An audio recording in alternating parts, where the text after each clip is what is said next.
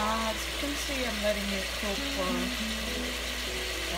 quite some time until all the moisture is dried up.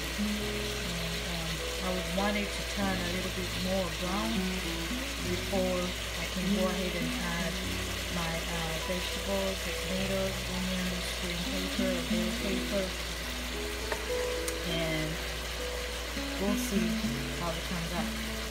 Well, once my chicken is browned up a little bit, I am still waiting on it to brown up. I'm gonna add first off my onions and green paper, and then I will go ahead and add my tomatoes. I use very few tomatoes because I add some of my traditional tomato sauce that I keep in the fridge, so I just put just a little bit of the raw tomatoes later. I'll show you and I'll take you through all that.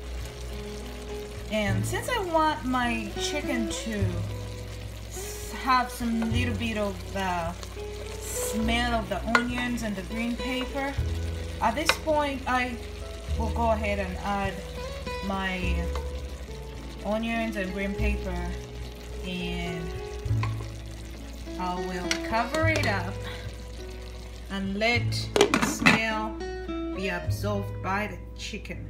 If you have some garlic, you can go ahead at this point and put some in. I don't have garlic at this point, so I'll skip that. After adding our tomatoes, this is where we are now.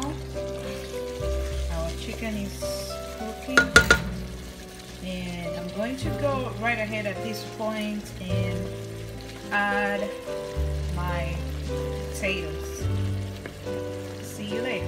Before I go ahead to add my potatoes, I'll put my salt. I'll add a little bit of my curry.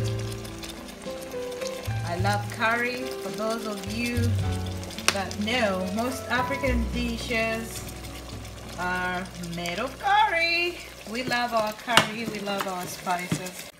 I'll add these two. This is a mixture of a little bit of some herbs and some red pepper, so I'll add a little bit of that too.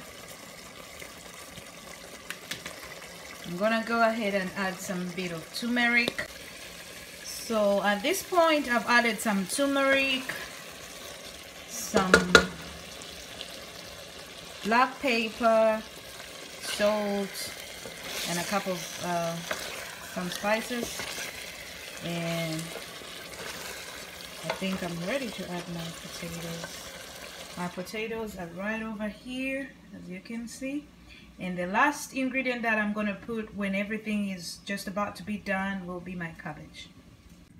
So this is my mixture, as I would like to call it right now. I have my chicken and my potatoes. I know most Americans love their mashed potatoes, but if you're African and you come from Africa, we don't normally do mashed potatoes. This is how we cook our potatoes. I know I've been asked by a couple of friends and workmates about how we cook our food, because I always tell them we don't mash food unless if somebody's sick or children. We mash food for children, and we don't mash our potatoes unless if somebody's sick or you're making food for a child without teeth. So yeah, this is how we make our potatoes. I'll go ahead and let this cook. I'm gonna add some water, just a couple of cups for the water, and I'll let it cook for about 30 minutes or less. And when the potatoes are done, I'll go ahead and show you my last step.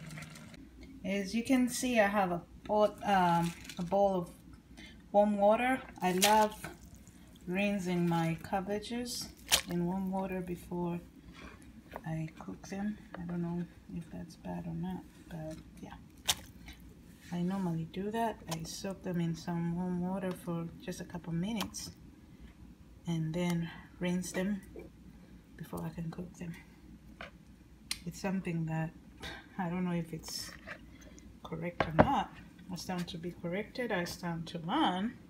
So shut up if you think it's right to rinse your cabbages before you cook them. Rinse them in warm water before you cook them. Right about now, I've added my cabbages in, I'd like to call it our mix. So like you can see, I'm gonna let this sit for just a few minutes for the cabbages to get like at least half cooked, and then I'll show you the final product. This is how the final product looks like, and as you can tell, my cabbages have all disappeared when I stirred them up, but they're somewhere in there. They're somewhere in there. See them? Yeah. So we're gonna enjoy this for lunch. So bon appetit. Bye.